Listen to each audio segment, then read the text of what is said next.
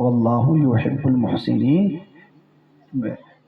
غلام بڑا چلاک تھا کہ آج دریائے رحمت جوش میں ہے اور نبی کی گھر والوں سے جب مانگا جاتا ہے تو کوئی خالی نہیں لوٹتا.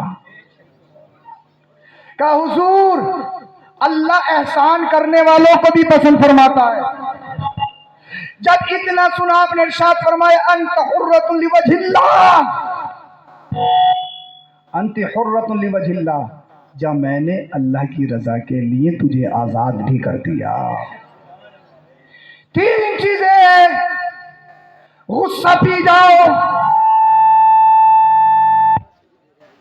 دوسری چیز اللہ خیر فرمائے، یہ شیطان گڑبڑ کرتا ہے. شیطان کو نبی کا ذکر پسند نہیں، یہ شیطان گڑبڑ کرتا ہے. مائک آپ کا ساؤنڈ بہت اچھا ہے، کوئی دقت نہیں، آپ اس کو ایک جگہ رہتے ہیں. اور شیطان کو بھگانے کے لیے ہمارے پاس ضرب ہے لا حول ولا قوت الا باللہ. جب بھی شیطان پریشان کیا کرے اس کو پڑھ لیا کرو لا حول ولا قوت الا باللہ.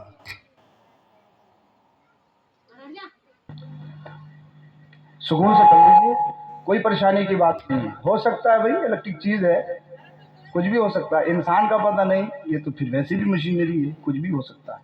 پریشان نہ ہو، بالکل ہوپلیس نہ ہو، آرام سے کیجیے، سب کچھ اچھا ہے، بہتر ہے. ہاں بولے ذرا سبحان اللہ. سیدنا بیمار زین العابدین نے شاید کسی لیڈ میں لوزنگ ہے، اس وجہ سے دقت ہوئی. یہیں پہ رہنے تو دوسری والی مت، یہیں پہ رہنے دو. آج میں تم سے ہر طرح سے سمجھوتا کرنے کے لیے راضی ہوں. مائک نہیں بولے گا تب بھی سناؤں گا. غوث پاک لاکھوں کو سناتے تھے، میں 100-200 کو نہیں سنا سکتا ہیں، بغیر مائک کے سناتے تھے. بولو ذرا سبحان اللہ. اللہ اکبر کبیرہ. رقیت ختم، آمنہ کا لال آ گیا، کسی کو غلام نہیں بنایا جائے گا. اللہ اللہ. بیوہ کی کوئی اوقات نہیں. ایک بات بتاؤ، رشتہ جو کیا جاتا ہے عموماً 3 یا 4 چیزیں دیکھی جاتی ہیں. سمجھ لو، میں تمہیں سمجھا رہا ہوں، بس سمجھ لو، بات بہت جلدی ختم کروں. عموماً 3 یا 4 چیزیں دیکھی جاتی ہیں. سب سے پہلے انسان خاندان دیکھتا ہے، خاندان کیسا ہے. دوسرا اس کا حسن و جمال دیکھتا ہے، خوبصورتی، بیوٹی کیسی ہے، دیکھتا ہے کہ نہیں دیکھتا ہے. اللہ اکبر کبیرہ. تیسرا مال دیکھتا ہے کہ مال کتنا ہے. یہ بھی تو دیکھتے ہیں، یہ تو سب سے پہلے ہے آج کے دور میں. اچھا لوگ کہہ رہے ہیں لڑکے والوں کو چاہیے کہ غریبوں میں شادی کریں، غریبوں میں شادی کریں. کاش لڑکی والوں کی بھی یہی تھوٹ ہو جائے کہ لڑکی کا رشتہ کرنے سے پہلے جب وہ دیکھ رہے ہیں آسمان کے برابر بلڈنگ ہے، یہ بھی تو دقت ہے. سمجھوتا تو سمجھوتا ہی کرنا پڑے گا نا. اور یاد رکھو جس میں تینوں چیزیں ہوں، خاندان بھی لاجواب ہو، حسن و جمال بھی لاجواب ہو، اور مالدار بھی بہت ہو، تو کوئی بھی بستی کا اسے بیٹی دینے کے لیے تیار ہو جاتا ہے، کیونکہ تینوں چیزیں ہیں جو چاہیے. اللہ اللہ. اب آؤ مدینے والے مصطفیٰ کی زندگی دیکھیں. بولو ذرا سبحان اللہ. خاندان ایسا 14 صدیاں گزرنے کے بعد اگر آپ کی بستی میں کوئی سید آ جائے، آل نبی آ جائے، آپ اس کی تعظیم کرتے ہیں. نماز پڑھتا ہو یا نہیں پڑھتا ہو، چہرے پہ داڑھی ہو یا نہیں ہو، آپ پھر بھی اس کی تعظیم کرتے ہیں، اس لیے کہ اس کی رگوں میں خون رسول ہے. 14 صدی گزرنے کے بعد، اور مصطفیٰ تو اس خاندان کی اصل ہے. تو خاندان میرا آپ کا کتنا ہی بڑا ہو، مگر مدینے والے مصطفیٰ سے اچھا، ان کے بیک گراؤنڈ سے اچھا کسی کا بیک گراؤنڈ نہیں. حسن و جمال، خوبصورتی، تو خوبصورتی ایسی حضرت حسان کہیں وَأَحْسَنُ مِنْكَ لَمْ تَلِدِ عَيْنِي وَأَجْمَلُ مِنْكَ لَمْ تَلِدِ النِّسَاءُ. یا رسول اللہ میری آنکھوں نے تو کہ آپ سے اچھا دیکھا ہی نہیں، اور دیکھتی بھی کہاں سے جب کسی کے نانے ایسا لال چلے. اب اعلیٰ حضرت سے پوچھے تم بتاؤ تم کیا کہتے ہو؟ تو اعلیٰ حضرت بولے وہ کمال حسن حضور ہے کہ گمانے نقش جہاں نہیں. دنیا میں کتنا ہی بڑا خوبصورت ہو، حسین و جمیل ہو، کسی کی آنکھیں چھوٹی تو کسی کے کان بڑے، کسی کی ناک آؤٹ، کسی کے دانت آؤٹ، کوئی نہ کوئی کمی ضرور نکل آئے گی، کوئی نہ کوئی عیب ضرور نکل آئے گا، کوئی نہ کوئی عیب اس میں ضرور، کوئی نہ کوئی نقص ضرور نکل آئے گا. مگر بریلی کا رضا بولا ایسا دیکھنا جس میں کوئی عیب نہ ہو، ایسا دیکھنا ہے جس میں کوئی کمی نہ ہو. تو ادھر ادھر نہیں، مدینے والے مصطفیٰ کو دیکھو. ایسا کوئی پھول نہیں جس میں کانٹا نہ ہو، ایسی کوئی شمع نہیں جس میں دھواں نہیں ہو، مگر ہاں ایک ہے، وہ آپ کا اور میرا نبی ہے. بریلی کا رضا بولا وہ کمال حسن حضور ہے کہ کمانے نقش جہاں نہیں. یہی پھول خار سے دور ہے، یہی شمع ہے کہ دھواں نہیں. سرور کہوں کہ مالک مولا کہوں تجھے، باغ خلیل کا گل زیبا کہوں تجھے. تیرے تو بس فائدے تناہی سے ہے بڑی، تیرے تو بس فائدے تناہی سے ہے بڑی. حیران ہوں میرے شاہ میں کیا کیا کہوں تجھے. جہاں ہے سے وہیں رہنا اور بس تھوڑی دیر ہو گئے. بولو ذرا سبحان اللہ، بولیے ذرا سبحان اللہ. اعلیٰ حضرت کہتے ہیں مصطفیٰ کا حسن لاجواب، اللہ اللہ ایسا حسن کہ دنیا میں کوئی نہیں.